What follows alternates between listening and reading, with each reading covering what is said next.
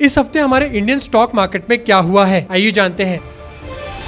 Hindenburg research ने Adani group पर फिर से एक नया आरोप लगाया है। इस हफ्ते हिंडनबर्ग रिसर्च ने क्लेम किया कि स्विस अथॉरिटीज ने अडानी ग्रुप से जुड़े लगभग 2600 करोड़ रुपए की फंड्स को फ्रीज कर दिया है। उनका कहना है कि ये इन्वेस्टिगेशन 2021 से चल रही है, यानी हिंडनबर्ग के पहले एलिगेशन से भी पहले से। Swiss news website Gautam city के मुताबिक $310 मिलियन जो एलिजिडली गौतम अडानी के एक फ्रंटमैन से जुड़े हैं, 5 स्विस बैंक अकाउंट्स में फ्रीज किए गए हैं। हिंडनबर्ग का दावा है कि फ्रंटमैन ने ब्रिटिश वर्जिन आइलैंड्स, मॉरिशस और बरमूदा जैसे टैक्स हेवंस में ओपेक फंड्स में इन्वेस्ट किया, जो मोस्टली अडानी ग्रुप के स्टॉक्स को ओन करते हैं। फिलहाल के लिए अडानी ग्रुप ने इन सभी एलिगेशंस को गलत बताया है। उन्होंने कहा कि उनका स्विट्जरलैंड में किसी भी कोर्ट केस से कोई संबंध नहीं है और न ही उनके किसी अकाउंट पर कोई एक्शन लिया गया है। अडानी ग्रुप का मानना है कि ये उनकी रेपुटेशन और मार्केट वैल्यू को नुकसान पहुंचाने की एक और कोशिश है।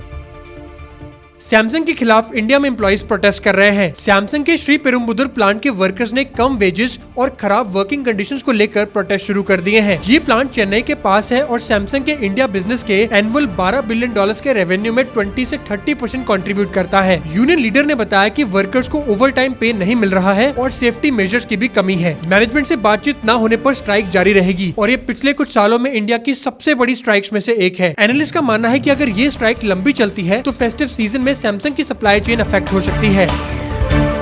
बजाज हाउसिंग फाइनेंस के आईपीओ ने पूरे स्टॉक मार्केट में धमाका मचा दिया है। बजाज हाउसिंग फाइनेंस के आईपीओ ने सभी रिकॉर्ड्स तोड़ दिए हैं। आईपीओ 63.6 टाइम सब्सक्राइब हुआ, जिसमें नॉन इंस्टीट्यूशनल इन्वेस्टर्स ने अपनी कैटेगरी को 200 टाइम से ज्यादा ओवर सब्सक्राइब किया। कंपनी ने 3.2 लाख करोड़ रुपीस की बिड्स रिसीव करी हैं, जबकि उनका टारगेट 6,560 करोड़ रुपए रेस करना था। इससे पहले ये रिकॉर्ड टाटा टेक्नोलॉजीज के पास था। मार्केट एक्सपर्ट्स कहते हैं कि स्ट्रॉन्ग फाइनेंशियल्स और ग्रोथ प्रोस्पेक्ट्स की वजह से इन्वेस्टर्स ने जबरदस्त रिस्पॉन्स दिया है। अब देखना ये होगा कि लिस्टिंग के बाद कंपनी का परफॉर्मेंस कैसा रहेगा।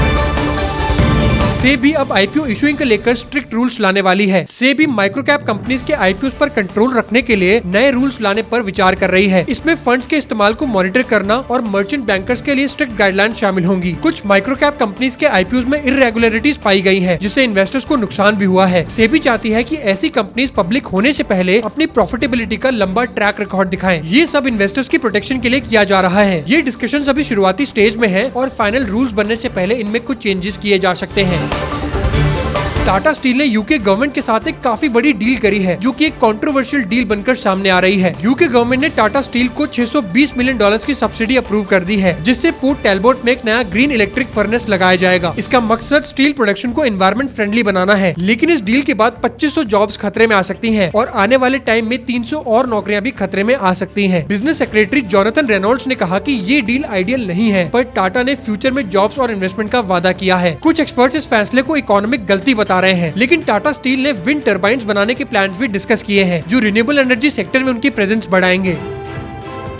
लार्सन एंड टर्बो अब सेमीकंडक्टर इंडस्ट्री में एंटर करने का प्लान बना रही है, जिसके लिए कंपनी $300 मिलियन इन्वेस्ट करेगी। अगले 3 सालों में L&T चिप डिजाइनिंग और मैन्युफैक्चरिंग पर फोकस करेगी। L&T सेमीकंडक्टर टेक्नोलॉजीज के हेड संदीप कुमार ने बताया कि कंपनी 2027 तक अपनी चिप्स मार्केट में ले आएगी। इनका फोकस ऑटोमोटिव, इंडस्ट्रियल और एनर्जी सेक्टर्स पर होगा। इंडिया में सेमीकंडक्टर मैन्युफैक्चरिंग को बढ़ावा देने के लिए ये एक बड़ा कदम है, जो मेक इन इंडिया इनिशिएटिव को भी सपोर्ट करता है।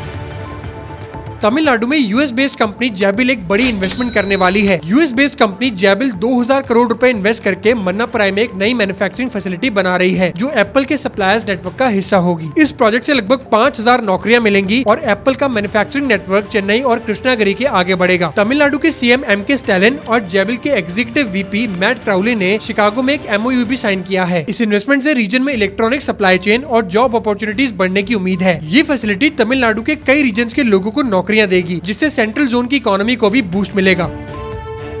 स्विगी अपने आईपीओ का इशू साइज बढ़ाने की तैयारी कर रही है, जो मार्केट में एक बड़ा मूव हो सकता है। स्विगी अपने आईपीओ का इशू साइज 3,750 करोड़ रुपए से बढ़ाकर 5,000 करोड़ रुपए करने का प्लान कर रही है। ये 1250 करोड़ रुपए यानी $150 मिलियन का इंक्रीज है, ताकि कंपनी टफ कंपटीशन वाले मार्केट में अपनी पोजीशन स्ट्रॉन्ग कर सके। फाइनेंशियल्स को देखें तो स्विगी का रेवेन्यू FY23 में 8,285 करोड़ रुपए से बढ़कर FY24 में 11,247 करोड़ रुपए का हो गया है और लॉसेस भी 44% कम होकर 2,350 करोड़ रुपए पर आ गए हैं। कंपनी आईपीओ के जरिए फ्रेश कैपिटल रेज करके अपनी टेक्नोलॉजी, लॉजिस्टिक्स और मार्केट एक्सपेंशन पर इन्वेस्ट करना चाहती है। TCS के कुछ एम्प्लॉइज को इनकम टैक्स डिपार्टमेंट से नोटिस मिले हैं जिसमें उनके TDS क्लेम्स में प्रॉब्लम बताई गई है। एम्प्लॉइज को 50,000 रूपए से 1.5 लाख रूपए तक का टैक्स डिमांड नोटिस मिला है। कंपनी ने अपने एम्प्लॉय से कहा कि अभी कोई भी पेमेंट ना करें क्योंकि ये इशू टैक्स अथॉरिटीज के साथ मिलकर जल्दी ही रिजॉल्व किया जाएगा। TCS का मानना है कि शायद टैक्स डिपार्टमेंट ने रिटर्न्स प्रोसेस करते वक्त कोई गलती की है और एम्प्लॉइज को विश्वास दिलाया गया है कि उन्हें कोई भी फाइनेंशियल बर्डन नहीं उठाना पड़ेगा। इंडियन गवर्नमेंट ने डिफेंस सेक्टर को मजबूत करने के लिए 26,000 करोड़ रुपए की इन्वेस्टमेंट अप्रूव कर दी है। मिनिस्ट्री ऑफ डिफेंस ने HAL के साथ कॉन्ट्रैक्ट साइन किया है जिसमें 240 AL-31 FP aero engine Su-30 MKI aircraft के लिए बनाए जाएंगे। ये इंजन HAL के कोरापुट डिवीजन में मैन्युफैक्चर होंगे। कॉन्ट्रैक्ट साइन करते वक्त डिफेंस सेक्रेटरी गिरिधर अरमाने और air chief marshal VR Chaudhary भी मौजूद थे। इस स्टेप से इंडियन एयरफोर्स की ऑपरेशनल कैपेसिटी बढ़ेगी और मेक इन इंडिया इनिशिएटिव को सपोर्ट भी मिलेगा। इस प्रोजेक्ट से लोकल इंडस्ट्रीज को भी फायदा होगा और एम्प्लॉयमेंट अपॉर्चुनिटीज भी क्रिएट होंगी। ऐसी और वीकली स्टॉक मार्केट अपडेट्स के लिए सब्सक्राइब टू ASM इंडिया।